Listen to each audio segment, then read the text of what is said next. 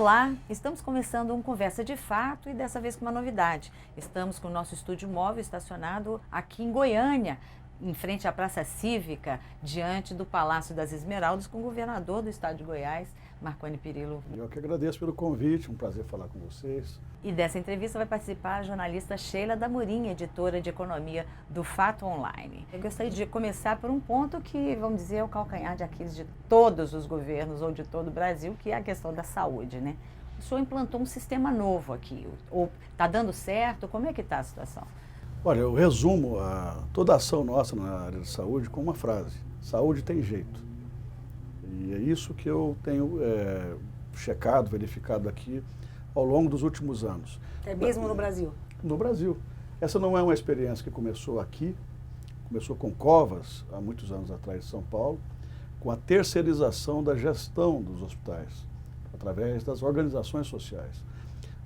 Essa é uma questão um pouco polêmica, porque algumas pessoas temem pela qualidade das organizações sociais, pela seriedade, e o ponto é a gente ter muita clareza em relação ao chamamento das organizações sociais, a licitação, verificar se as organizações são realmente sérias, são corretas, são eficientes. E foi o que nós fizemos aqui. Eu comecei a primeira experiência em 2002, quando inauguramos o CRER, um centro de reabilitação e readaptação, semelhante ao Sara Kubitschek, construído à época no nosso primeiro governo. E era uma experiência também nova, pioneira, a gente tinha muita preocupação que isso desse certo, deu. Depois, em 2005, nós tivemos uma outra experiência que foi com a terceirização do Hospital de Urgências da cidade de Anápolis, que é a segunda cidade do estado. E agora, nesse terceiro governo, a partir de 2011, nós tomamos a decisão de terceirizar tudo. Foi muito polêmico, porque nós tínhamos que enfrentar as velhas estruturas, os velhos paradigmas, principalmente nos hospitais velhos. Quando você vai começar um hospital novo ou uma unidade de saúde nova, é fácil. Você não tem vício, você não tem contratos de terceirização para área de segurança, limpeza, compra de medicamentos, manutenção de equipamentos. Então é mais fácil. Agora, quando você tem que quebrar isso tudo, não é uma coisa simples. Mas a partir de 2011, e 2011 foi o ano em que nós tivemos muitas dificuldades, eu cheguei a pensar em fechar 5 grandes hospitais aqui, porque nós não conseguíamos fazer a manutenção dos equipamentos, não conseguíamos comprar os medicamentos na hora certa. O que estava acontecendo é que os médicos, os hospitais escolhiam quem ia viver, quem ia morrer. Então era um drama terrível, até que nós conseguimos agilizar o chamamento das organizações sociais, e daí fomos chamando um a um e fomos transformando. É assumir que o Estado não tem condições de ter isso tudo nas mãos aí. Nós temos 2 problemas no Brasil gravíssimos, nessa área e nas outras. Primeiro, burocracia. E a burocracia, ela se amplia ainda mais com a Lei 8666, que é a Lei de Licitações, que é uma lei um pouco burra em alguns aspectos. Ela é uma lei que evita a corrupção, sobrepreço, etc. Mas, por outro lado, também ela acaba tirando a agilidade nos procedimentos. Eu cheguei a esperar aqui 6 anos para consertar um tomógrafo em governos anteriores por causa das licitações. Empresas que ganhavam, recorriam, enfim. Era uma tormenta. E o outro é o regime de contratação de funcionários. No Brasil, a gente tem a chamada estabilidade no emprego. Vocês, jornalistas, não trabalham com essa hipótese. Imagine se os jornalistas no Brasil, os jornais, as televisões, os sites, contratassem jornalistas por concurso e com estabilidade. Acho que nada funcionaria. Mas esse modelo traz um ganho para o caixa público, já que essa é a grande dificuldade dos governantes? Também. Primeiro, traz um ganho para o cidadão. O cidadão pobre, médio ou rico, quando chega a um hospital público ou um hospital qualquer, ele chega muito fragilizado. Não há nada que fragilize mais um cidadão, uma pessoa, do que a doença. E ele quer ter um serviço humanizado, de qualidade, bons equipamentos, precisa ter bons equipamentos. E com a terceirização, com as OS, nós conseguimos tudo isso. Primeiro, fazer o chamamento de funcionários através do regime de CLT. Com isso, se o funcionário trabalha, cumpre as metas, porque não é só ir trabalhar, bater ponto, tem que ir cumprir as metas também. Ele continua. Se ele é ineficiente, se ele não atinge as metas em relação às quais ele deve ter um compromisso, ele sai. Então, burocracia de menos e um regime que não seja tão rígido. Ou seja, trabalhou com eficiência e competência, fica. E mais do que isso, quando você coloca todo mundo para trabalhar e produzir com eficiência, você acaba que precisa de menos pessoas envolvidas naquela operação. Quando você tem menos funcionários, você pode pagar um salário melhor. Quem regula salário na iniciativa privada é mercado, e aqui não é diferente. Hoje nós podemos pagar um salário para um enfermeiro mais do que o dobro do que a média do que é pago aqui pelos hospitais privados. Os nossos hospitais públicos aqui do governo estadual são de primeiro mundo. E eu estou dizendo isso aqui, mas é bom conferir, porque de fato, são hospitais de primeiro mundo. Os médicos estão ganhando mais ou menos 10 mil, que é o piso nacional dos médicos. Os enfermeiros estão ganhando bem mais do que a média. Isso tudo porque nós encontramos esse mecanismo novo de tratar a questão da saúde. E o senhor pensa claro em levar saúde, esse mecanismo para outras áreas também? Nós vamos avançar para outras áreas, sim, com concessões, PPPs e principalmente OS. O grande desafio nosso agora é levar OS para as escolas profissionalizantes, e nós já estamos começando o processo de chamamento, e para as escolas estaduais. Esse é um grande desafio, é a maior quebra de paradigma no país, ninguém está falando nisso. Nós temos alguns exemplos muito bem sucedidos nos Estados Unidos com as Charter Schools, e o que a gente quer é que algo semelhante às Charter Schools. Temos alguma coisa no Chile, mas não temos nada disso no Brasil. Nem precisaria estar assim, tão focado, com tanta preocupação nessa área. Goiás cresceu de 2011 para cá, do 16º para o primeiro lugar no ensino médio brasileiro, no IDEB. Nós ficamos em segundo lugar no fundamental, ou seja, nós fizemos um esforço muito grande aqui, mas eu acho que é pouco. No caso do ensino médio, nós chegamos à nota 3,8, primeiro lugar no Brasil. Isso não significa que nós estamos competindo com os países mais desenvolvidos do mundo, pelo contrário. Então é preciso que a gente dobre esses indicativos, esses indicadores. Para isso nós estamos procurando alguns mecanismos que nos levem a eficiência e a qualidade do ensino. Então eu estou apostando muito, nós não vamos fazer isso de uma vez. Na saúde, nós não fizemos isso da noite para o dia, mas na saúde funcionou. E se funcionou na saúde, que é um lugar terrível, onde as pessoas precisam, às vezes, de 10 minutos para viver ou para morrer, nós vamos conseguir isso na educação e em outras áreas. Governador, assim, hoje, essa questão orçamentária, as restrições orçamentárias, são problemas não só dos governadores, mas todas as restrições do governo federal também. O próprio governo federal está tentando equilibrar o orçamento para o ano que vem. O senhor está falando de projetos que ajudam a administrar, a conciliar e a equilibrar o balanço na gestão pública.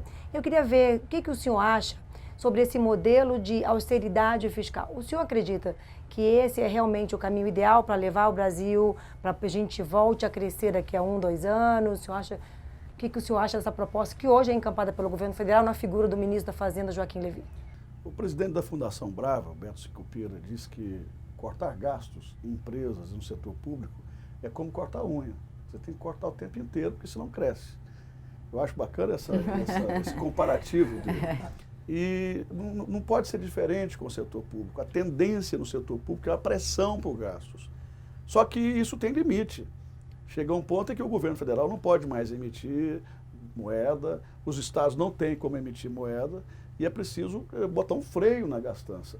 Eu acho que a lei de responsabilidade fiscal, que foi introduzida no governo FHC, salvou os estados e os municípios, porque freou a gastança de uma maneira geral. Mas ela tem um equívoco, porque ela não se estendeu à União. Com certeza o Brasil estaria vivendo uma situação diferente hoje se a lei de responsabilidade fiscal tivesse chegado ao governo federal. Aliás, muita coisa serve para os estados e municípios, mas não serve para a União. Quer dizer, faço o que eu mando, mas não faço o que eu faço. Enfim, essa situação é a situação que fez com que o Brasil chegasse a esse ponto que estamos hoje, de crise e de instabilidade. Mas só para concluir, nós aqui estamos cortando muito, todos os governadores. Em Goiás, por exemplo, desde o ano passado, prevendo já essa crise, eu não imaginava que seria tão grave. Eu reduzi a 10 o número de secretarias aqui em Goiás. É o estado que tem o menor número de secretarias. Eu reduzi 5 mil cargos comissionados, 9 mil cargos temporários. E continuamos fazendo os ajustes, cortando. Agora mesmo nós estamos cortando mais, porque é preciso ajustar a realidade financeira dos estados, as quedas que nós tivemos em relação à previsão de receitas, para mantermos razoavelmente em dia as nossas obrigações. Agora, esses gastos que a gente fala, saúde, por exemplo, são gastos com vinculação constitucional. O governador tem que gastar 12%, queira ou não queira. O que ele precisa fazer é planejar como gastar melhor esses 12%.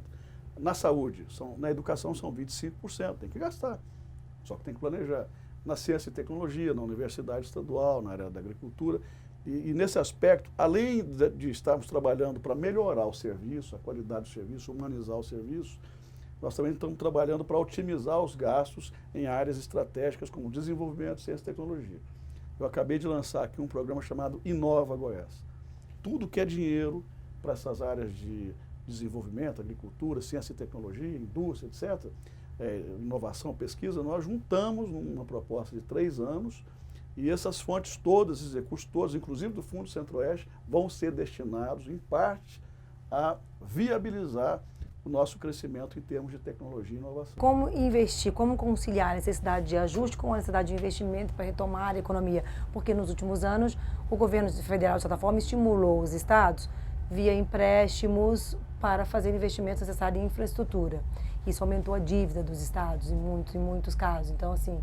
E hoje os estados estão bem endividados, né? Como conciliar esses dois lados? O X da questão é exatamente isso. Saber como cortar, como cumprir a legislação em relação aos gastos, como fazer os ajustes precisam ser feitos sem, no entanto, quer dizer, tratando o ajuste como meio, realmente como algo que é meio, não como fim. O fim é investir. Quer dizer, se você faz um ajuste desse tamanho, um ajuste fiscal, é para sobrar dinheiro para investimento e para serviços. Qual foi a proposta que eu fiz à presidente Dilma no último encontro de governadores? Determine ou diagnostique o que cada governo pode ter em termos de investimentos, quais governos podem receber financiamentos ou operações de crédito, quais são os que têm capacidade de receber e de honrar, quais os que estão cumprindo com as metas de superávit, e aí aporta recursos para que esses estados continuem investindo. Investindo em infraestrutura, investindo em educação, investindo em ciência, enfim. Acho que esse é o X da questão. Você não pode matar a galinha dos ovos de ouro. Você tem que fazer ajuste e tal, mas você não pode matar os estados, os municípios e, consequentemente, os trabalhadores de inanição. O governo federal está matando? Eu não diria que esteja matando. Agora, reduziu muito, drasticamente, os investimentos em programas geradores de milhões de empregos, como Minha Casa Minha Vida. Esses programas que estavam muito acelerados estão hoje a passos lentos. E isso preocupa, porque isso é emprego.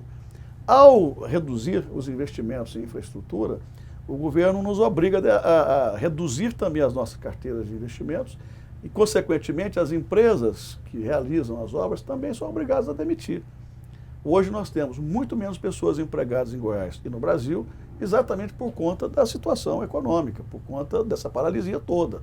Não se tem dinheiro para fazer casa, não se tem dinheiro para fazer estrada, não se tem dinheiro para fazer fábrica, e aí você tem muito mais gente desempregada. E aí você vai criando um ciclo vicioso de problemas sociais que vão se agravando, as pessoas que perdem os empregos, perdem a autoestima, de repente procuram o álcool, enfim, a droga. E isso é uma coisa muito perversa. Na sua opinião, qual é a saída disso tudo? Bom, certamente não é uma coisa tão simples. Se fosse simples, acho que já teriam encontrado a fórmula. Mas eu sou de uma geração, nós somos de uma geração, que não imaginava que um dia algum cérebro, alguma equipe pudesse pôr fim à inflação. Nós conseguimos isso com o Plano Real. No começo, as pessoas eram céticas em relação ao Plano Real. Todo mundo achava que ia ser mais um Plano Verão, mais um Collor, mais um plano, enfim, cruzado. E não foi. Foi algo consistente, de médio e longo prazo. Não foi uma coisa de curtíssimo prazo. Demorou para as pessoas perceberem que o Brasil estava mudando culturalmente, mudando economicamente, mudando no sentido de incluir economicamente as pessoas. Isso tudo aconteceu e nós vivemos 20 anos sob a áurea e sob o comando do real. Isso foi desmoronando exatamente por conta da falta de rigidez, de disciplina fiscal, Agora é uma falta ameaça de planejamento. novo. A Hoje inflação beira os 2 dígitos. É uma ameaça grande e eu acho que a gente tem que, primeiro, buscar uma fórmula que estabilize essa queda nos investimentos, essa queda do conceito do Brasil lá fora, os artigos agora do Financial Times, uma coisa horrorosa, dizendo que o Brasil está na UTI, em estado terminal, quer dizer, todo mundo, todos os editoriais dão conta que o Brasil está numa péssima fase, a gente tem que reverter isso. O senhor recentemente declarou numa solenidade aqui em Goiás, apoiou a presidente Dilma, né? Que inclusive por seu partido, dadas as críticas, foi quase que uma declaração de amor, tanto que criticaram o senhor dentro do PSDB por conta da sua manifestação pública. Eu queria saber, o senhor continua apoiando a presidente Dilma? O senhor acredita que no impeachment, por exemplo? Olha, de que lado o senhor ficaria se essa ideia avançar? Não cabe a mim apoiar a presidente Dilma politicamente, até porque eu sou de um partido de oposição e não sou parlamentar, não sou senador, não sou deputado, não sou dirigente de partido. Eu sempre brinco que governo não faz oposição a governo. É diferente a minha função das funções do presidente Aécio, dos parlamentares e do partido como um todo. Quando a presidente veio aqui 2 vezes, eu a recebi republicanamente, como chefe de Estado, e fui grato e agradeci a presidente pelo que ela fez pelo Estado, pelo apoio que ela deu ao Estado e ao meu governo. Eu jamais seria injusto a ponto de negar isso, porque ela não está bem em termos de popularidade. Ela me ajudou muito com operações de crédito, em assuntos estratégicos para o Estado. Agora, quando eu falei aqui, eu não falei em apoio político, eu falei em apoio pessoal, e falei de intolerância. Muitas pessoas não perceberam o contexto da minha fala. Aqui em Goiás ainda existem alguns radicais do PT em relação a mim e ao meu governo. E esses radicais foram lá no evento da presidente Dilma para me vaiar, para me hostilizar, e com intolerância muito grande. Naquele evento o povo não teve acesso, mas esses militantes tiveram. E eles foram lá com esse objetivo, me hostilizar numa demonstração forte de intolerância. E o meu discurso foi em cima disso, porque eu estava sendo hostilizado. Eu disse que não cabia intolerância a mim e nem a ela, e nem a ninguém. Lembrei que todos nós fomos reeleitos pela população, no voto livre, direto, democrático, e que, portanto, era importante que se respeitassem os mandatos legitimamente otorgados pela população e pelos eleitores. Foi isso que eu falei. O contexto foi esse. Certo? Agora, eu jamais vou deixar de reconhecer que a presidente Dilma foi importante do ponto de vista de parcerias, de apoio aos assuntos de interesse do meu Estado. Governador, no Congresso se conversa muito sobre se é o momento ou se não é o momento, ou se uma saída seria um impeachment. O senhor acha que o Brasil está preparado para viver um segundo impeachment? O senhor acha que é hora, que essa poderia ser uma solução? Olha, primeiro eu reafirmo que eu já disse anteriormente. A presidente Dilma foi eleita democraticamente, é preciso ter um fato concreto que implique numa possibilidade dessas. A gente não pode fazer essas coisas apenas por razões políticas. Eu sei que não é isso que quer o meu partido, não é isso que quer o presidente Fernando Henrique, não é isso que quer o Aécio, o Geraldo Alckmin, o Serra. Agora, é claro que se houver um fato concreto envolvendo a mim ou ela ou quem quer que seja, esses fatos precisam ser apurados e se realmente eles forem constatados, as providências constitucionais precisam ser adotadas. Agora, essas coisas não podem acontecer como se fosse uma birra política, até porque o Brasil pode entrar numa situação ainda pior. Imagine o PT na oposição a um governo que eventualmente se constitua por conta de um eventual impeachment. Será que essa situação não vai se agravar mais ainda? Nós conhecemos os métodos do PT quando está na oposição. O Lula já convocou alguns segmentos aí do país, algumas instituições do país que têm ligações com o PT para ir para as ruas. Alguns até se radicalizam, falam em pegar em armas. Então, essa é uma situação que deve exigir muita maturidade de todo mundo. Porque não adianta tirar a presidente Dilma num eventual impeachment e o depois, e o day after. Vai assumir o Temer? Será que ele vai ter apoio para fazer um governo de coalizão? Será que ele não vai ser atormentado pelo PT e por outros radicais? Será que a população vai compreender essa transição? Será que essa transição será uma transição benéfica? Será que o presidente, uma eventual presidência do Temer vai conseguir resolver essas questões tão dramáticas vividas no país hoje? Então, eu acho assim, que se tem que resolver, vamos tentar resolver agora. Então, eu não quero me imiscuir nessa questão de impeachment, até porque eu acho isso um fato muito grave. Nós vivemos isso com o Collor, todo mundo queria que o Collor saísse, mas foi uma transição traumática. E hoje eu acho que ela seria mais traumática ainda, porque o Collor não tinha partido. A Dilma e o Lula têm um partido que é um partido forte, que tem uma representação forte no Senado, na Câmara, e tem raízes na sociedade. Governador, o senhor acha assim, dada a conjuntura atual, assim, a presidente já assumiu o segundo mandato, 2015 já foi um ano, pensando do ponto de vista das famílias, perdido, porque nós vamos ter uma recessão econômica. Para onde a gente está indo? O que pode se esperar de 2016, por exemplo? Olha, eu acho que em qualquer cenário, 2016 vai ser menos pior do que 2015.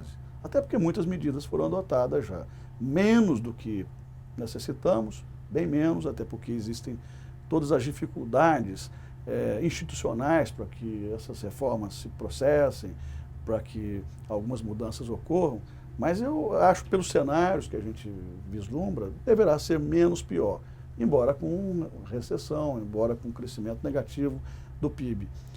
Agora, em relação a 2015, sinceramente eu não sei prever o que vai acontecer. A cada dia que passa a gente tem uma informação nova, um fato novo na Operação Lava Jato.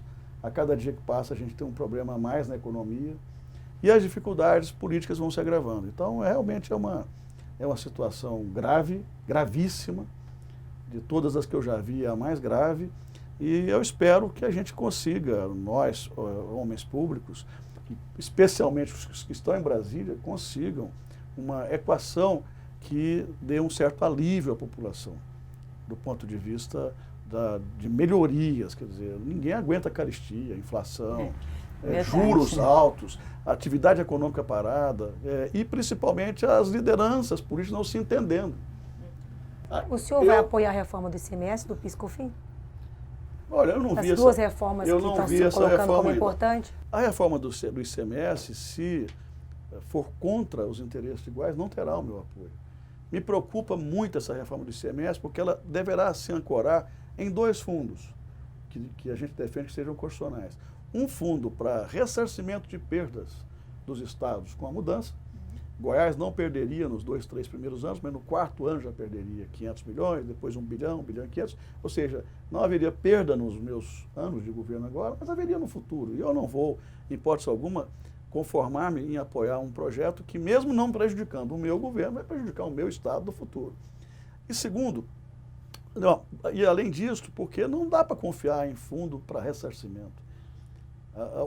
Foi criado um fundo de ressarcimento da Lei Candir, para que os estados perdessem o ICMS, desonerassem o ICMS nas exportações, e isso fez com que o Brasil explodisse em termos de volume de exportações e também de saldo positivo, mas isso prejudicou enormemente os nossos estados. No caso nosso, Mato Grosso, a gente produz alimentos e vamos continuar produzindo alimentos. Mesmo assim, a gente perde dinheiro demais todos os anos. Mas no caso do Pará, que eles exportam minérios, que é finito, quer dizer, eles não vão ter essa riqueza de volta. Então é preciso uma equação. Nós não tivemos ainda uma equação para o FEX, o Fundo de Exportações. Nós ainda não recebemos as parcelas ínfimas do FEX do ano passado. Desse ano a gente nem sabe quando. Ou seja, a gente perde 28 bilhões de dólares, reais, aliás, ano, com a desoneração das exportações e somos ressarcidos em 1,9 bilhão e mesmo assim não se sabe quando. Como é que a gente vai acreditar que haverá ressarcimento, independentemente de quem esteja no governo federal? O ressarcimento de perdas aí de bilhões, dezenas de bilhões de reais. Não tem dinheiro para isso, não haverá ressarcimento. E segundo, fala-se num fundo de desenvolvimento regional para fazer valer a guerra fiscal, ou seja, fazer um contraponto à guerra fiscal. Também não haverá dinheiro para isso. Eu não vou ser coveiro de indústria aqui em Goiás, de montadoras de veículos, de fábricas de remédios, alimentos e outros, que hoje geram centenas de milhares de empregos e que de repente amanhã fecha as portas e eles vão embora para São Paulo. Então, essa questão do ICMS é uma questão que eu vou discutir até a última hora, e se eu sentir que vai prejudicar Goiás, eu estou fora, não apoio mesmo. Governador, muito obrigada pela sua entrevista. Obrigado, foi um prazer recebê-los aqui. Obrigada. E a você que nos acompanhou, muito obrigada pela audiência. Até o próximo Conversa de Fato.